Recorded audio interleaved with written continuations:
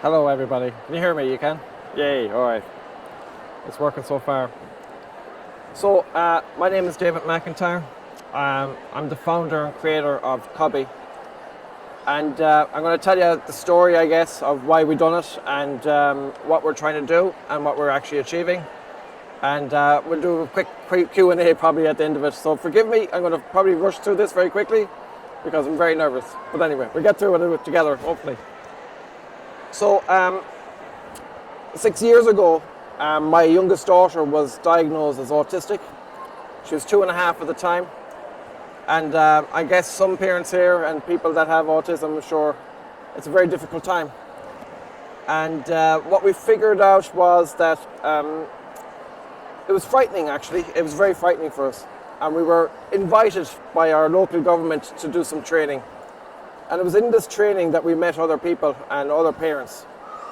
And these parents were telling us stories about their children's journey through the education system and the challenges that they were facing. Now, I'm dyslexic myself, and I've also had a pretty difficult time getting through the education system. And I felt that there must be a better way. And a couple of things actually happened around the same time, which kind of makes you believe in fate or something. But I was actually, I'm a designer, and I was actually asked to design a sensory room for a local school. And when I was looking into it, I'd like to think I'm a good designer, so I do a little bit of research. When I was looking into it, I couldn't figure out how exactly a sensory room worked for each individual. You know, if a person is overstimulated, how does that same sensory room calm them? But if they're understimulated, how does that same sensory room, without any changes, alert them? And it became clear over my education with autism and my daughter's journey and my job as a designer that actually sensory rooms don't really work. You know, and why not? The reason they don't work is you need an expert. And that expert is usually an occupational therapist. And my own experience with an occupational therapist is I had 3 in the first 6 months of my child's diagnosis. And it's been 3 years since we've seen them. They're very hard to get. It's not their fault. They have caseloads of over 400 children in Ireland and many, many more. They're overworked. Schools to try to get an occupational therapist is near impossible.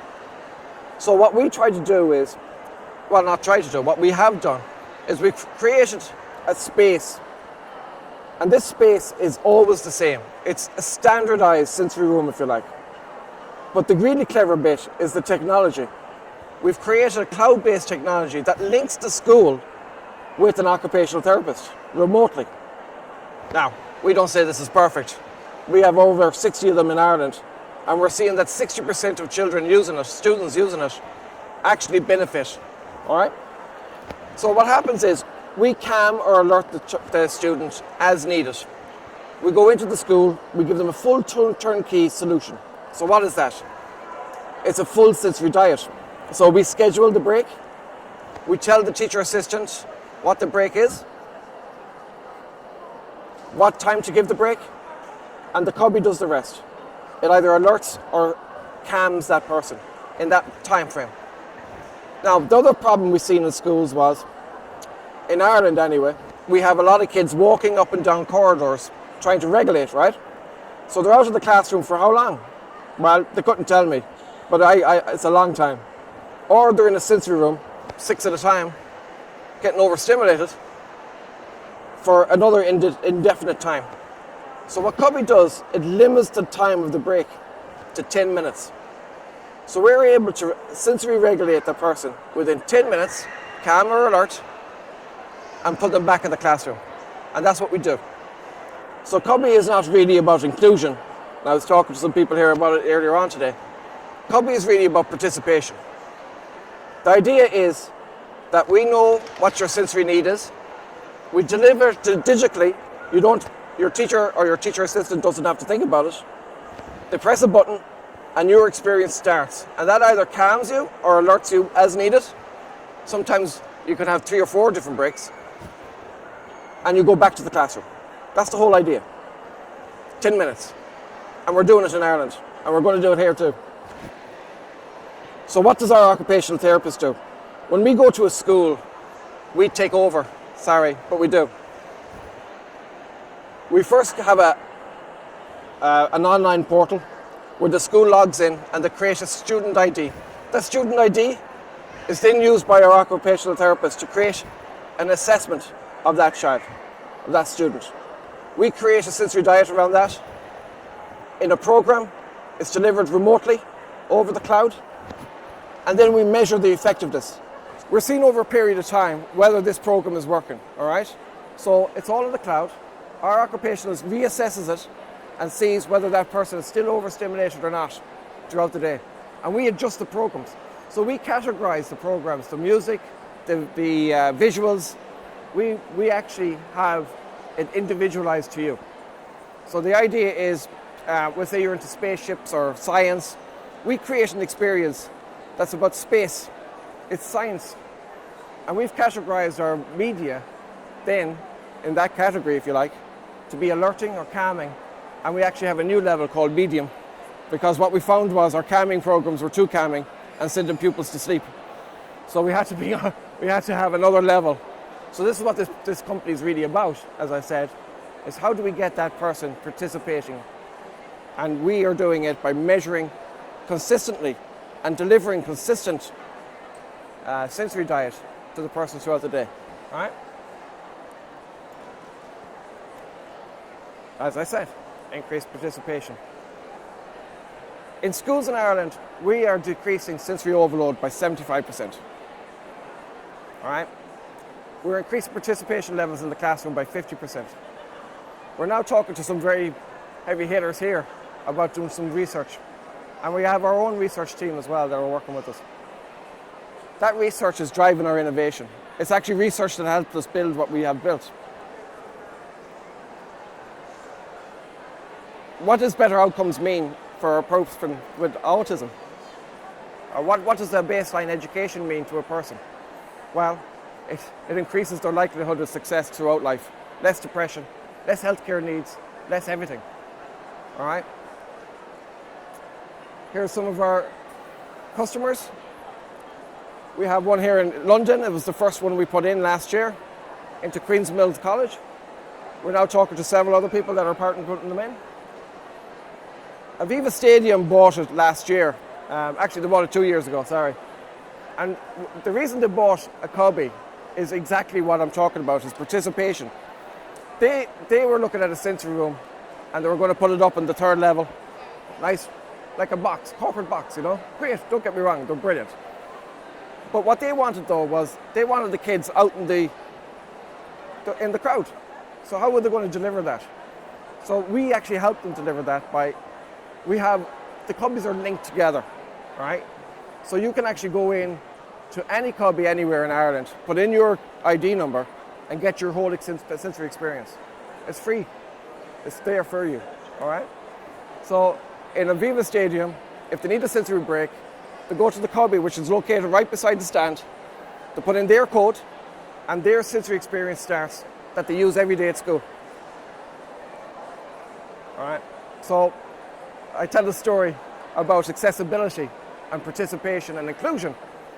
And if you think about it, if you talk to somebody about wheelchair accessibility, you know, most of us know what wheelchair accessibility is. It's a ramp, it's lower handles, it's switches at the, you know, it's the whole thing, right? What's participation and inclusion for somebody with sensory processing disorder or issues around that area? Well, Tesco's might turn down the lights on a Wednesday evening between 6 and 8 for you. All right, so you have two hours to do your shopping. And I kind of tell the story as, imagine if they put a wheelchair ramp up for 2 hours, once a week. It'd be crazy, right? So what we're doing with Cobe is, we're creating an infrastructure and we're allowing people to use their sensory diets freely wherever there's a Cobe. So in Dublin, for instance, we have parents that use Cubbie at the weekends with their children who have a Cubbie in the school.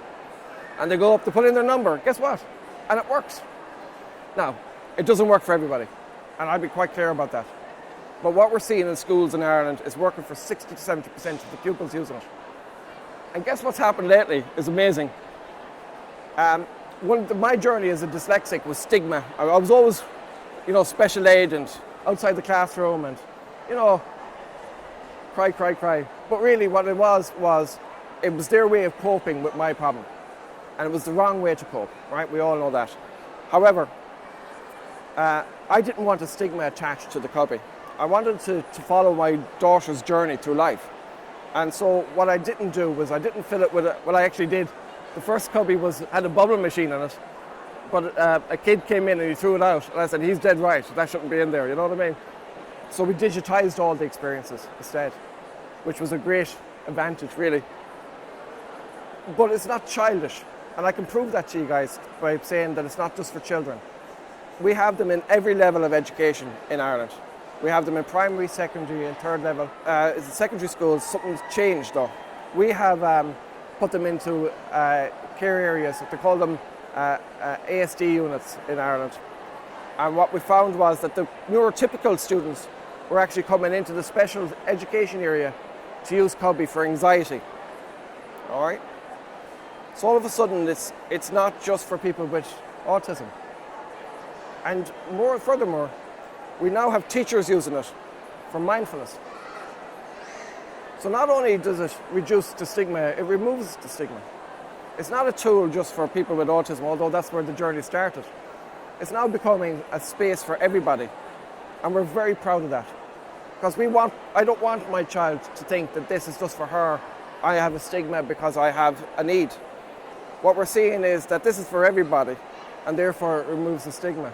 We had one parent in the library actually come up to us and congratulate us, because we don't put Cubbies in the back room somewhere. We put them right in the front space. And why do we do that? Well, I tell them, well, you need it here because this is where everybody's going to be.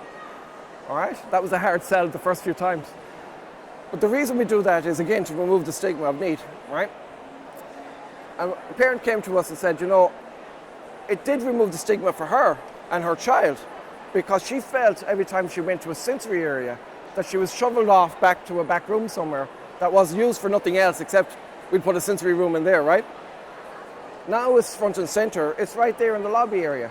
And her child comes out after 10 minutes, regulated, and goes and reads a book or something. And that's participation. It's not inclusion, it's participation. That's it. That's my story. We have a stand up here, guys, if you want to come and see us. We'd be delighted to show you what we're doing and explain the technology, because it's kind of big and we're getting bigger. And I'll take any questions if you have some, and I'll put on my earphones now.